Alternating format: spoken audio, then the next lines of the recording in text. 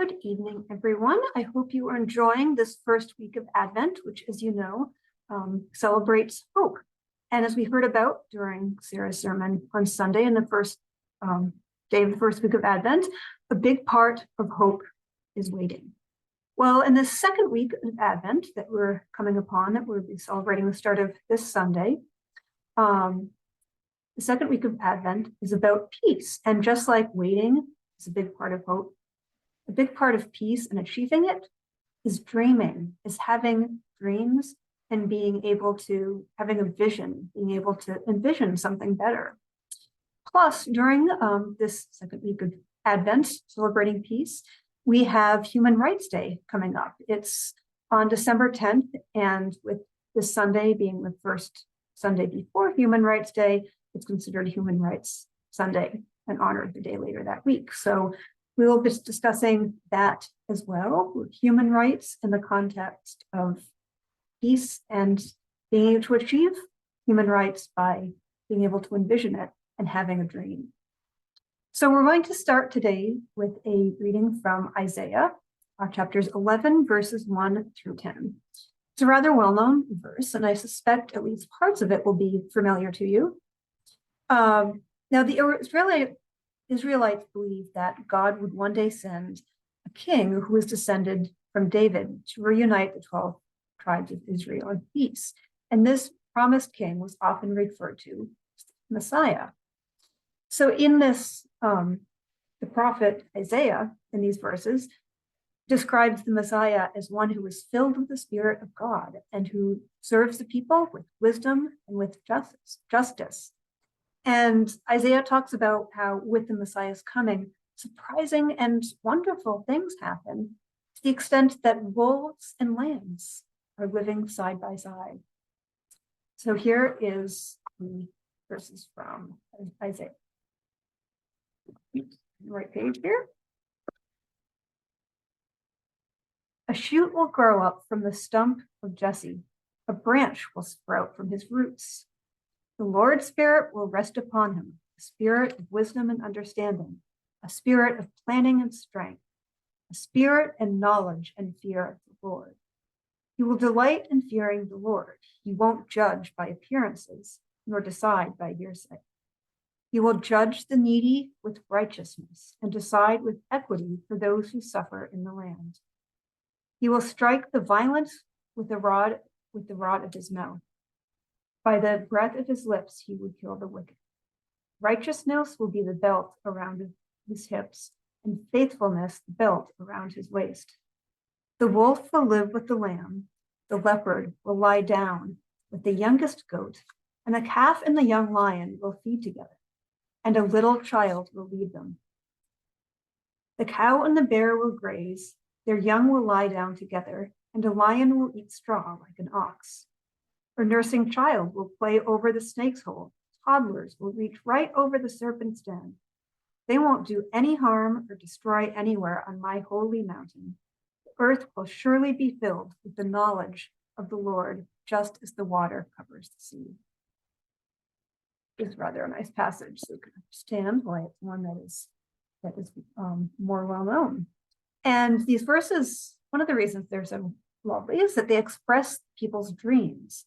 Their dreams for a leader who will be filled with God's Spirit and govern in righteousness, peace, and justice.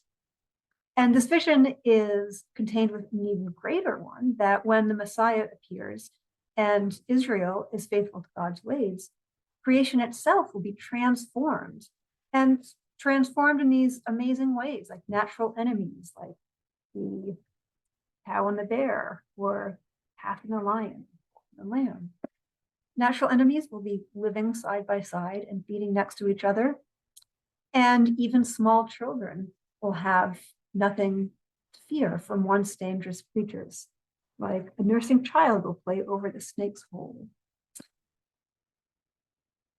So this passage paints quite the grand and wonderful picture, and it reminds us to look for transformation at every level of life. So to look for all the ways that we might be able to transform and change things around us so that we can help to diminish injustices and get a little bit closer to this world that Isaiah describes in this passage. A Human Rights Sunday is a great opportunity to reflect on the situations around us in our own communities and in our country and around the world, where human rights are in the places where human rights are not respected and where there is violence. So think about some of the situations of injustice that you may see in the world or just in the community around you. And think of what are some injustices that you really believe, that you feel strongly about, that need to be changed. In order to work towards improving human rights, it's really necessary to first be able to envision what it is that you're trying for what is that ultimate goal? As Isaiah describes in the passage, this could be the future. So some of you that play sports might have heard something similar to this in a different context, right? Like coaches will often tell their players, like, envision yourself making that basket or scoring that goal, right? So you have to be able to envision something and have that dream for it to be able to make it happen. And so in order to create change, you have to start with that dream. And only then can you figure out how to start taking the steps to enact that change. And Martin Luther King knew this. Think of this famous speech, "I have a dream." So after this lesson in honor of Human Rights Sunday and following the lead of Isaiah's vision, I want you to think of an injustice that you have seen. It can be large, it can be really small. And I want you to envision what it would look like if that injustice were rectified, if that injustice were made right, how the world or the community would look different if that were accomplished. Now, there's lots of little steps too that you can take now that can help make the dreams of reducing injustice a reality, such as if you see a wrong happening somewhere around you in your school or in your community, speak up. Writing letters when you see something that's not right, maybe volunteer with an organization that supports and works for human rights, and also just informing yourself so you can make good day-to-day decisions. For example, with the Christmas season coming up, many of us will be buying lots of things as gifts for others. And even how you shop can be a step towards creating a better world. So I want to share with you just some ideas on how you can Christmas shop with a conscience and shop in ways that can help the world in little ways. So personally, I'm rather a spendthrift. I don't like to spend lots of money. I'm very careful with my money. So I'm always looking for the best price for things and a good deal. But sometimes my desire to spend my money the most efficiently can conflict with my desire to do justice. Because when products are made in the developing world with cheap labor, the products are often cheaper for the consumer in the end. But this is just the monetary price tag, right? Because if you think about the ultimate costs are huge. Many countries have bad human rights records. And when we buy these products, we support the demand for these cheap products. So as we support companies that make enormous profits by cutting labor costs, by not paying the people who are making the items that the companies are selling, by not paying them living wage or even near that, or and having often children labor and working way too many hours. So as consumers, what can we do? Well, we can become more conscious and more aware of where the products we're buying are coming from. So here's a few suggestions that you could do in the upcoming holiday season. You could buy gifts and cards from nonprofits, nonprofit organizations that support good causes like Amnesty International and UNICEF, and many of these sell Christmas cards. My mom always used to buy the UNICEF Christmas cards every year, and I always enjoyed them because it would say Happy Holidays or Merry Christmas in a number of different languages. So you can simply buy holiday cards from them. And that's a way to support the work that these organizations are doing.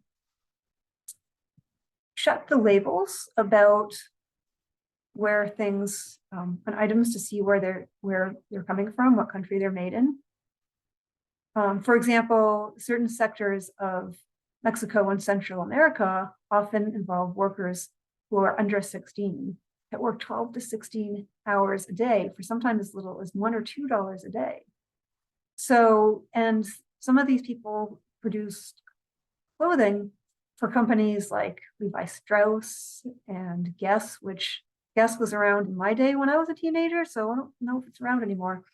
Gap, Walmart. So be careful about where these products are coming from. You can also just, even beyond the shopping, think about how you wrap them. Instead of buying wrapping paper, reduce waste. And you could use newspaper, and if you want to be colorful, use the comics. As a map maker, I often end up with big sheets of colorful maps that I have nothing to do with because they were drafts or whatever, and they make really cool wrapping paper. So I always like to do that. You could give gifts that encourage people to think about their values. So like a subscription to a magazine that encourages concern for the environment. And I think, you could avoid, if you're buying things for kids, like this is something about, I don't have a couple kids in my life, some nieces and nephews now. As I'm buying gifts for the kids on the giving tree that we do among our congregation, I've been thinking about this. Like, don't buy toys that promote war, like toy soldiers or toy guns.